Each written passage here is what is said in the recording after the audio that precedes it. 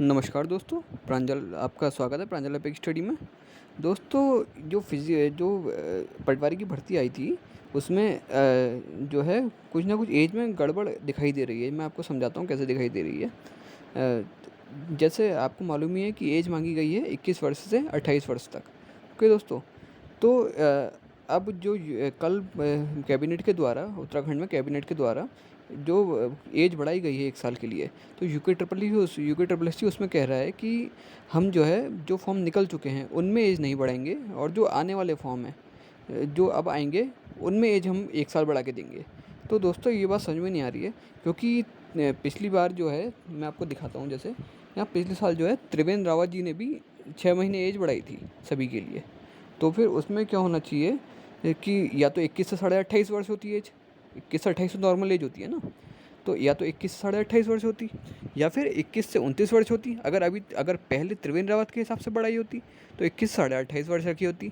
चलिए मान लेते हैं, क्योंकि जो इनका कैलेंडर है वो 1 जुलाई से स्टार्ट होता है, 30 जून तक का होता है। तो वो एज पहले बढ़ा दी गई थी, तो उसमें 28.5 वर्ष होनी चाहिए थी एज 21 साल से। या फिर अगर ये अभी के हिसाब से लें तो फिर 21 से 29 वर्ष होनी चाहिए थी। तो इनमें से कुछ तो एक होना ही चाहिए था ना, क्योंकि एज तो दोनों सालों में बढ़ी है। पिछले साल में भी एज बढ़ी है और इस साल में भी एज बढ़ी है। तो इन या तो 6 महीने बढ़नी चाहिए थी, या फिर आपकी 1 वर्ष बढ़नी चाहिए थी। यानी या तो 21 से 28.5 होनी चाहिए थी, या फिर 21 से 29 होनी चाहिए थी। लेकिन दोस्तों हो क्या रहा है कि 21 से 28 ही एज, यानी कि एज बढ़ाई नहीं गई है। और जो बच्चे कह रहे हैं कि 1 वर्ष ज़्यादा दिया जा रहा है, 1 वर्ष ज़्यादा दिया जा रहा है, तो दोस्तों एज बढ़ाने का मतलब तो होता है 21 से 29 कर देना, तब एज बड़ी मानी जाएगी ना। वो तो आप पीछे से ले रहे हैं, आगे से ले रहे हैं, तो एक एज तो 21 से 28 ही है। जब आप एक वर्ष बढ़ा रहे हैं तो 21 से 29 कहेंगे ना आप।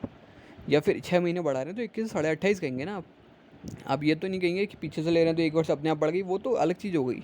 आगे से लेना, पीछे से लेना ये डेट को, वो तो अलग चीज़ है। लेकिन एज बढ़ाना या एज बढ़ी तो तब मानी जाएगी ना, जब 21 से 29 हो जाएगी या 21 से 30 हो जाएगी। 21 से 28 तो चाहे 1 वर्ष पीछे से ली गई है, लेकिन जो एज है वो 21 से 28 ही ली गई है। इसका मतलब एज बढ़ाई नहीं गई है। तो ये यूके ट्रिपल एस का समझ में नहीं आ रहा कि क्या फर्जीवाड़ा चल रहा है इस समय। क्योंकि ये लोग बोल रहे हैं कि अभी हम एज नहीं बढ़ाएंगे, जो है पिछले, क्योंकि ये जो नया वो लग गया 1 जुलाई के बाद से हमारा नया कैलेंडर होता है। और जो 1 वर्ष बढ़ाई गई है कैबिनेट के द्वारा एज, वो 1 जुलाई के बाद बढ़ाई गई है, तो हम आगे के फॉर्म में बढ़ाएंगे। लेकिन इसके हिसाब से तो पीछे के जो त्रिवेंद्र रावत ने बढ़ा के गए थे, वो तो पहले वाले वर्ष के उसके हिसाब से बढ़ा के गए थे 6 महीने। तो वो 6 महीने भी नहीं दिख रही है इसमें तो। 21 साढ़े 28 वर्ष भी नहीं दिख रही है इसमें तो कुछ ना कुछ तो फर्जीवाड़ा हुआ है। यूके ट्रिपल एस अपने मन से काम कर रहा है, मुझे लग रहा है।